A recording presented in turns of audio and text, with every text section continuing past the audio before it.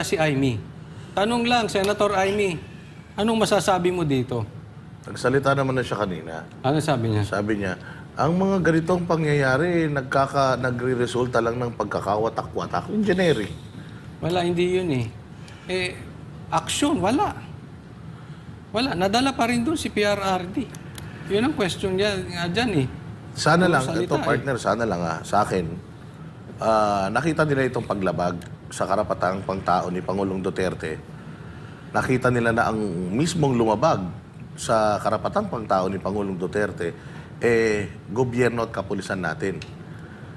Sana naman, mayroong gumawa ng hakbang para lahat ng mga involved dito, lahat ng mga nagsinungaling sa taong bayan, sana papanagutin. Alam ko, napakalaking perang involved dito, Coach Oli.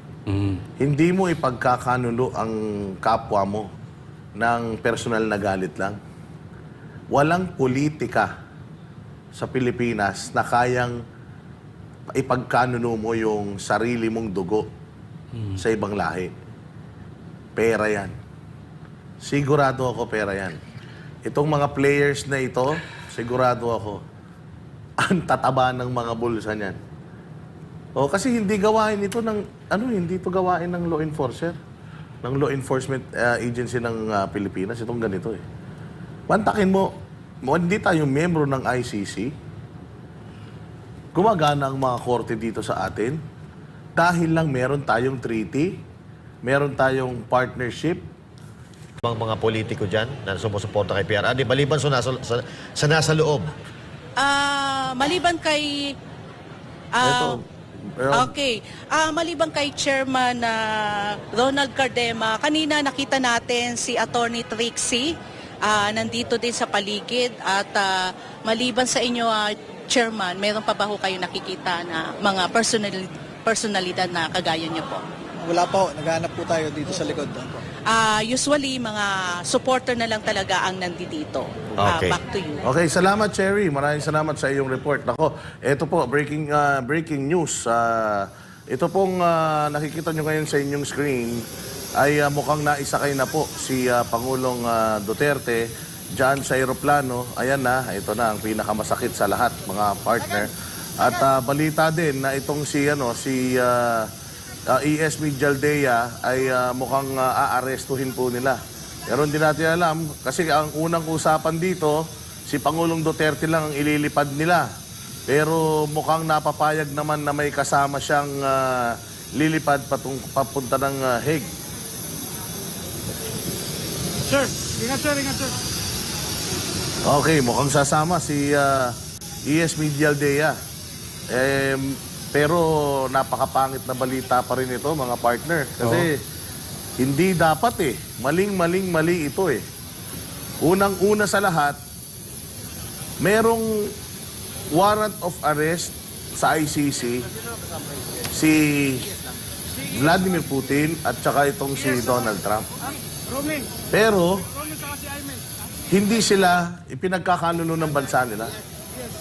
Dito sa atin sa Pilipinas ang nakakalungkot, tayo pa ang nagsuko sa ating dating Pangulo. Nakakadurog ng puso ito, mga partner, itong mga kaganapan na ito. Kasi Nakikiramay po sa inyong lahat at talagang patayin na po ang hustisya sa atin. Yung pagsakay ni PRRD na yan at lumipad yan, wala na pong mangyayari sa bansang Pilipinas. Ako'y naniniwala na hindi na po natin sinusunod ang batas ngayon. So, ayan na po, umakyat na po at di umano, ito wala na daw pong tayong- eroplanong ito di umano itong eroplano na ito daw ay pag-aari ni Congressman Zaldico. Di umano. Hindi natin pa ma-confirm pero soon mako-confirm natin kung kanya nga talaga yung eroplano na yan. Again wala pong mga dalang gamot si Pangulong Duterte. Napakahaba po ng flight na ito mula dito sa atin hanggang dyan sa the Netherlands. Tapos alam naman natin, matanda na ito, 80 years old na. May mga gamot na ito na kailangan na dala. Pero kanina nakita naman natin, nag-shoot yung kanyang blood sugar, pero hindi pinayagan ng ating kapulisan na mabigyan man lang ng lunas o mabigyan, ma-check up man lang ito. Pagkain na lang na ipapasok, hindi pa sila pumapayag. Ganito mga partner yung nangyari sa sa KOJC. Minamadali, partner, katulad nung sabi nga, pwede namang ipagpabukas yan eh. Pwede namang antayin dahil meron po tayong inaantay na desisyon ng korte.